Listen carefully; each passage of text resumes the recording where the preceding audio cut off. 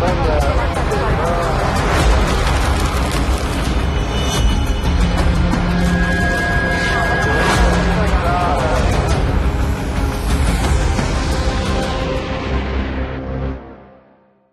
and welcome to Frankly Speaking, where we dive deep into regional headlines. I speak with leading policymakers and business leaders.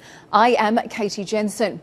On today's show, we turn our attention to the ongoing war in Ukraine, where Russia's recent annexation of 4 borderline territories has signalled a dangerous escalation in the 8-month-long crisis. Today, we speak with Ukrainian President Vladimir Zelinsky to understand how this changes the dynamics on the ground. Does he welcome indirect negotiations, given the success of the recent Saudi-sponsored prisoner swap? And what does he have to say about the constant delays his country faces in its bid to join NATO?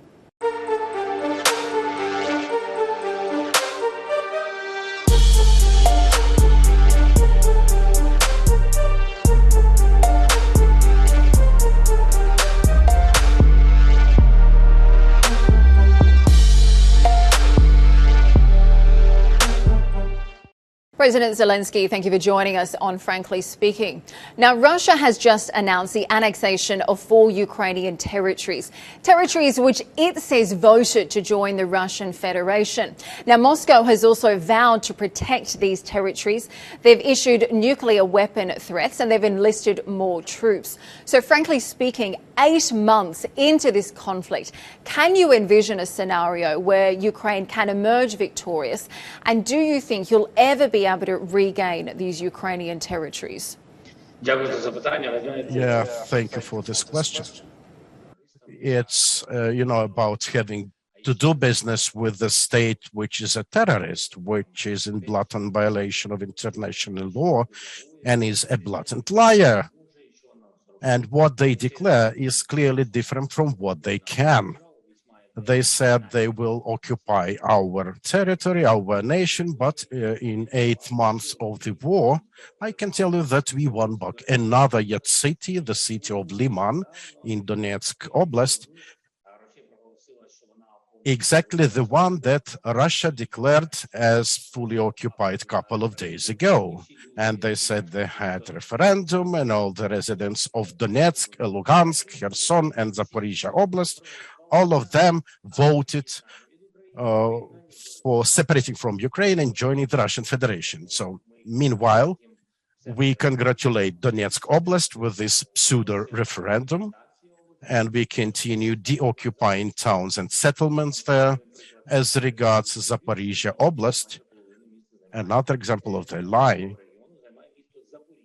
the city of Zaporizhia is the biggest one in the oblast, which is strongly in Ukraine. And I'm not sure what kind of referendums they had. We don't have any such referendums in Ukraine. We don't have any law even for that purpose. So I think this is a bloody PR based on human victims. And I can tell you just one thing, that we are deoccupying our territory on a daily basis, and this will continue until we reach our legal borders. And I can assure Russia and the Russian people that, unlike Russia, we are not interested in Russian territories. We are interested in our territory, in our borders, internationally recognized one from 1991. So what would a victory in this war look like for you? Do you think it will be possible to reclaim these territories at some stage? For us, victory is, in us uniting. I think it's a great victory for any nation worldwide when its people are united and people are able to leave some minor squabbles and historical discrepancies. This is very important. Another important step is that we are advancing against the world's second biggest army. And we are able to show that the true strength is in unity, not in armaments. The third victory is we have been able to unite Europe and the whole world. Before it was much more like everyone stands for him or herself. Now we see this unification. And we see that there will be many more challenges also internationally. And there will be more of them, but we already serve the example how the world can unite against them. And if the world isn't to go flexit about its support of Ukraine, we definitely will come victorious. Again, setting even better example to every autocratic state planning or intending to grab any other neighbor country. This will be a sure indicator. And the last factor of victory for us will be to come to our borders, internationally recognized ones, that Russia also recognized in due time, as of 1991, when we gained independence as the nation. So these are components of our victory. Well, there's certainly still some major challenges in the way. Let's talk about some of the events that have unfolded since the recent annexation of these territories. Now, firstly, you signed an urgent request to accelerate your application for NATO membership. And secondly, President Putin has offered to directly negotiate with you for the end of the war. Now, you have said that you will negotiate with Russia. However, you said not with President Putin. You said you will only negotiate with a new Russian president. Now, with all due respect, both of these scenarios seem quite unlikely under the current circumstances. Wouldn't you agree? As a president, I may be liked or disliked by someone. These are subjective things, but I'm a man of my words.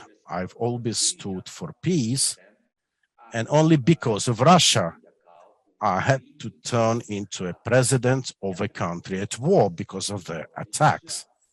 I tried for 3 years to find a peaceful way. I tried to talk to the Russian Federation for us to end the war in diplomatic way, to avoid human losses. That was the only thing I wanted, and I suggested it many times. And yes, we had exchanges, we had different formats and steps like Normandy and others.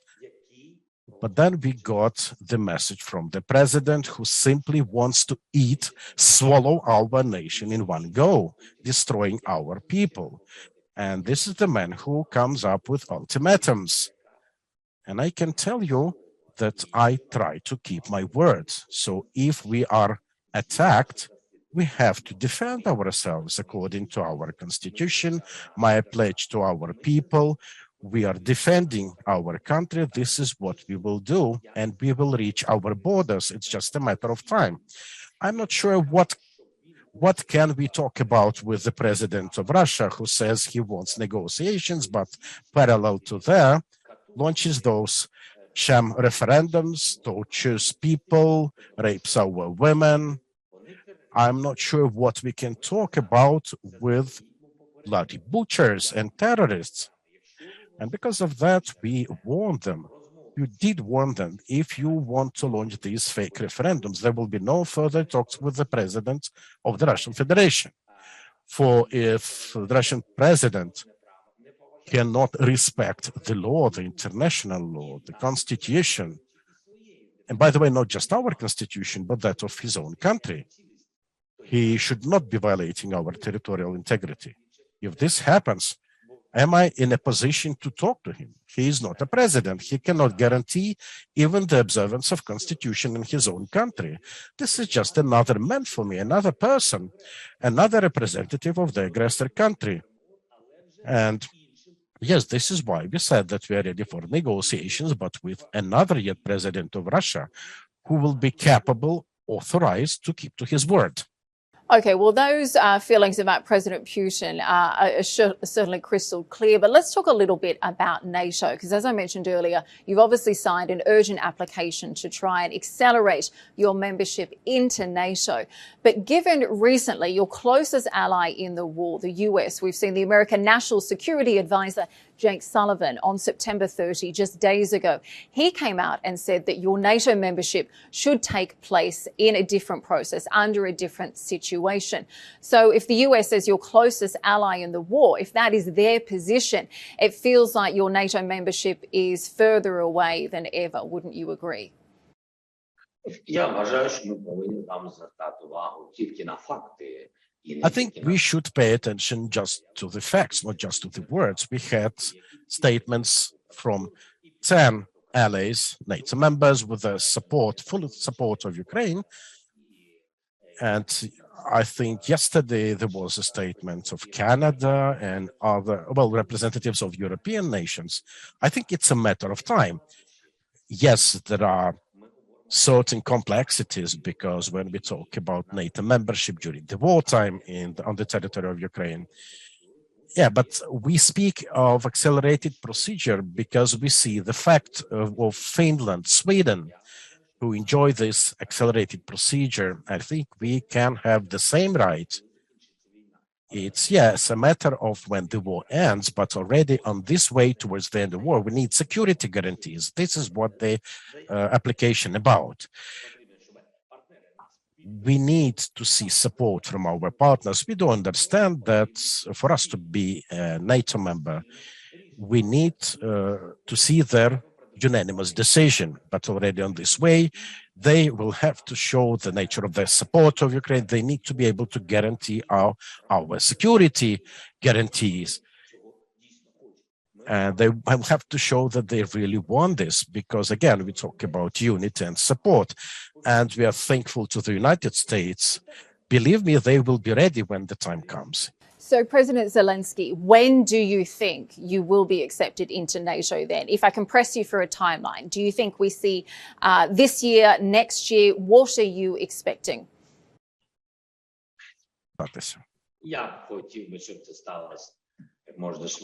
I would really like to see it come as soon as possible.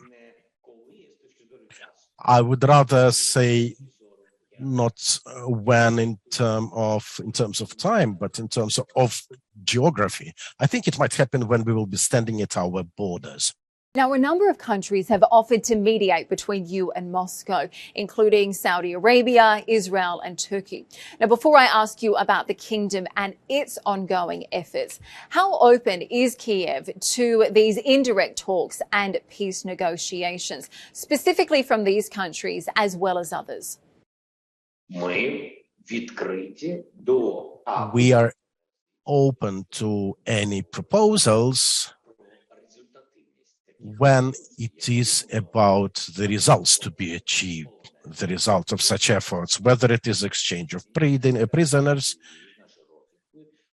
We have guys headed by our intelligence service who are talking to mediators in an attempt to ensure exchange of as many prisoners of war as possible, and this has already happened. And by the way, I'd like to thank Saudi Arabia for the effort that you mentioned. And the latest effort was quite good. We were able to really bring back more than 205 residents, also nationals of other countries. And it was in Saudi Arabia that we were able to exchange a couple of US, British, Croatian, Morocco, Sweden nationals. So quite nice initiative. Also, there is another initiative like the grain initiative, when we see that there is a certain process that works with mediation, and it surely brings results, and we do support it externally and internally.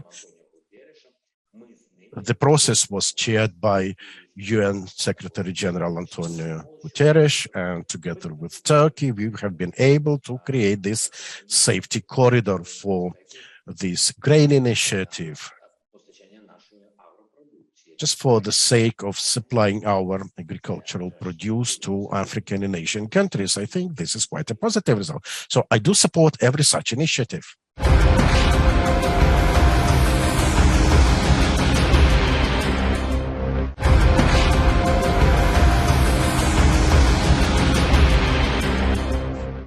I want to ask you a little bit more about this successful prisoner exchange that Saudi Arabia helped mediate between you and Moscow. Can you tell us any further details? Is this the first of many? And why was it that the kingdom was chosen as the trusted partner to mediate between both sides? Мені доповідала моя розвідка. Well, I had information from my intelligence based on the communication with intelligence services from a variety of countries, and that was what we were offered. I was told that we can get some of our people already in Ukraine, and there are also several places that can work as mediators. And we had from our international partners a selection so we had talks with the 5 countries I already mentioned about their nationals, and we had contacts with Saudi Arabia, among other countries, and it did work. I will tell you openly that it also worked nicely with Turkey. We had our several servicemen staying there. They were threatened with tortures and time behind bar in Russia. Meanwhile, they're recovering in Turkey. The majority of our POWs returned home. And yes, you correctly mentioned Israel and a number of other countries. I will be frank with you. We talked from the outset of the war, from the very beginning of this full-scale invasion, and even before that, because we have many political prisoners like Crimean Tatars that have been incarcerated by the Russian Federation in the Crimea and elsewhere in Russia. We have also many people sitting in prisoner camps on temporary occupied territories in Donetsk and Lugansk Oblast, so we try to talk about that. Back then, during the Normandy format with President Putin and French President Macron was involved, and one of the first exchanges took place back in 2015. Not a single one had an idea that those leaders we talked to would eventually turn into terrorists. And actually, we very much welcome every country's effort, also in Asia, in the East, to help us with this mediation. And we're happy about that. Well, the prisoner swap certainly marked an important part in the crisis. We understand that Saudi Crown Prince, that he played a personal role in guaranteeing that the prisoner swap went as planned. So what can you tell us about his role in this mediation? I'm thankful to the Crown Prince for this very safe exchange of POWs. Again, the Russian Federation didn't want to release foreign nationals to us, just not to show political wins and gains of Ukraine. So that way, Russia wanted, well, they tried to look into us, they tried to figure out who we are as political leaders of Ukraine. And they failed, obviously. They were not sure how it will work. Meanwhile, for me, it is important that every man, every woman who fights for Ukraine, who helps Ukraine, it doesn't matter the country he or she is national of. We value everyone.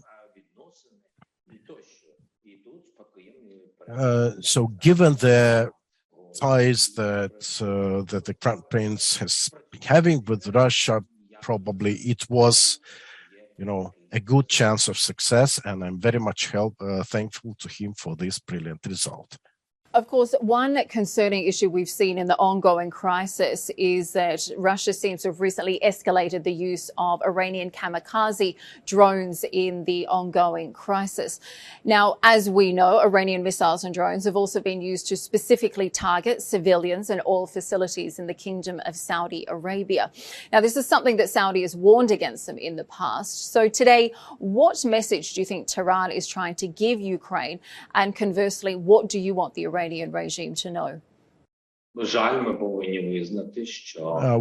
it is sad that we have to recognize that the Iranian government is as lying as the Russian Federation government is, because we had contacts with Iran's leaders at the topmost level. We talked to the embassy.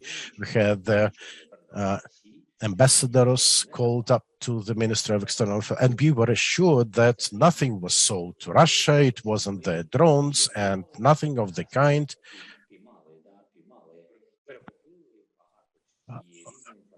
And meanwhile, we have been able to capture down a lot of those drones. So it's already not about, empty talks about referendums and someone's plans to, end the war the way they want. It's about a clear fact. We have the number of these downed Iranian drones, and these have been sold to Russia to kill our people. And they are, you're right, they are being used against civilian infrastructure and civilians, peaceful civilians. Because of that, we sent Iranian diplomats away from the country. We have nothing to talk with them about. So it's lies. Now, other comments we've seen in recent days, Chechnya's president has come out and said that Russia should use more radical measures against Ukraine. Now, he has suggested the use of a low-power nuclear missile. How would Ukraine defend itself against something like that? And how much of a concern is it for the international community that nuclear weapons are talked about being used in this conflict? This exact statement that you mentioned, I don't think it's at the level that I should respond to. I think I should respond at the level of a president, maybe when it is a parliamentarian republic, to someone at the level of prime minister. I can also talk to journalists because I feel that they're at the same level with me. But answering some, statements from a terrorist who even was not elected by his own people, a terrorist who says something about nuclear armaments, this is not serious. Come on, in modern world, how can someone threaten others with nuclear weapons? Yeah, we have lots of terrorists worldwide. We have killers, but I cannot condescend to talking to any terrorist like that. Now, in a recent poll from Arab News and YouGov, we found that at least when it comes to the Arab world, people are blaming NATO and President Biden's administration they're saying they are the ones to blame for this war. So do you agree that if NATO had accelerated your application, of course, Ukraine has been waiting for membership since back in the 1990s, do you believe that this war would never have happened?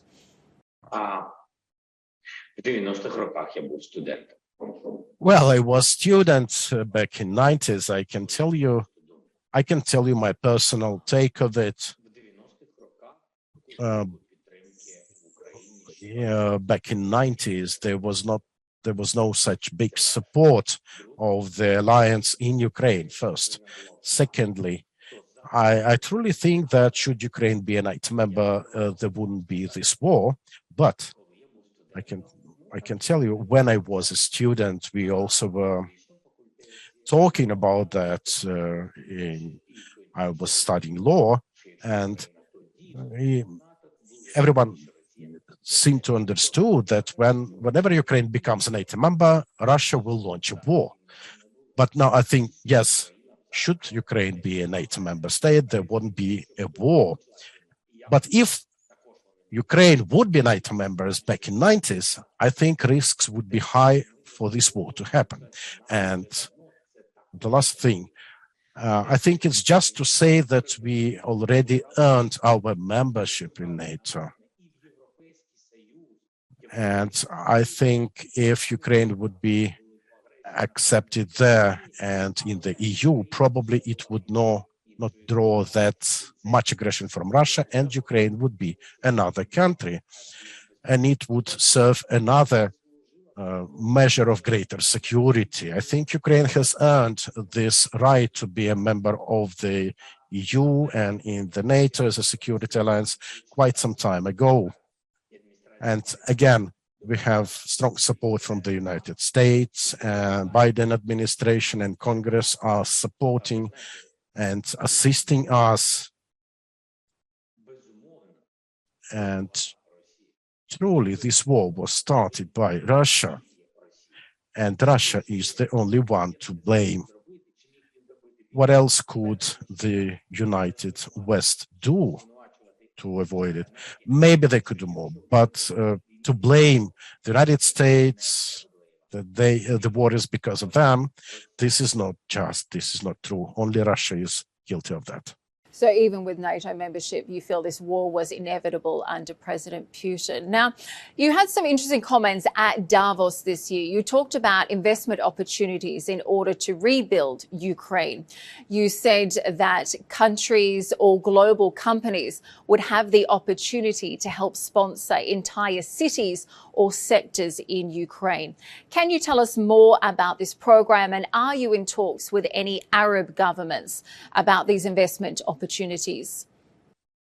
Я хочу до НАТО закінчити однією. Sorry, just to end the piece about NATO. Your first words that the risk of war under President Putin would still be there.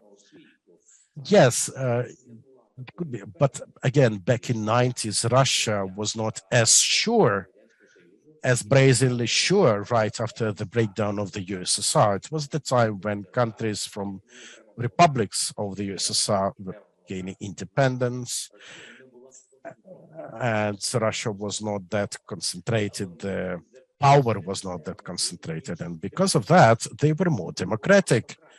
They were not that autocratic at the time. And because of that, they used to have opposition inside the country, and the risks of war would be much less than now. But, well, now, what can we say? If we talk about condition that if Ukraine becomes a NATO member, Russia will start war, this is no longer working, not performing. So we see what is happening now. As regards your main question, I think there will be enough place in Ukraine for everyone willing to help, for every country, for every company.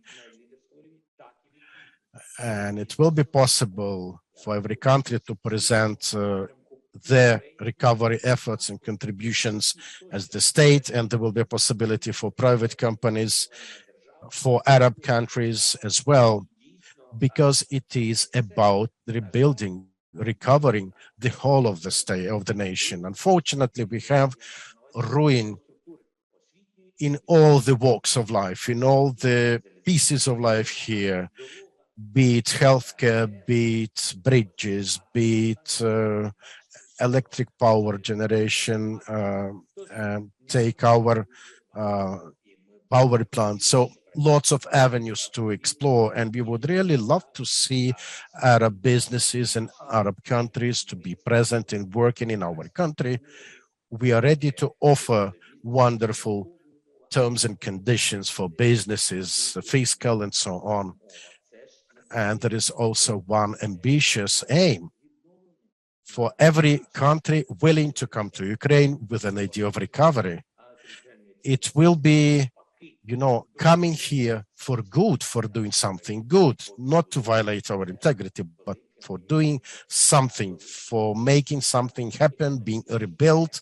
And this will come up as a very big economic project in 21st century. Some big investment opportunities.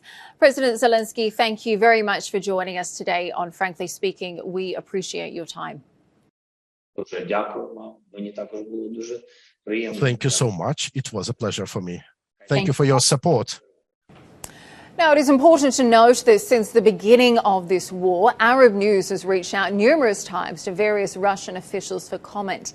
Now, we also recently reached out to the Ministry of Foreign Affairs official spokesperson, Maria Zakharova, to appear with us here on Frankly Speaking.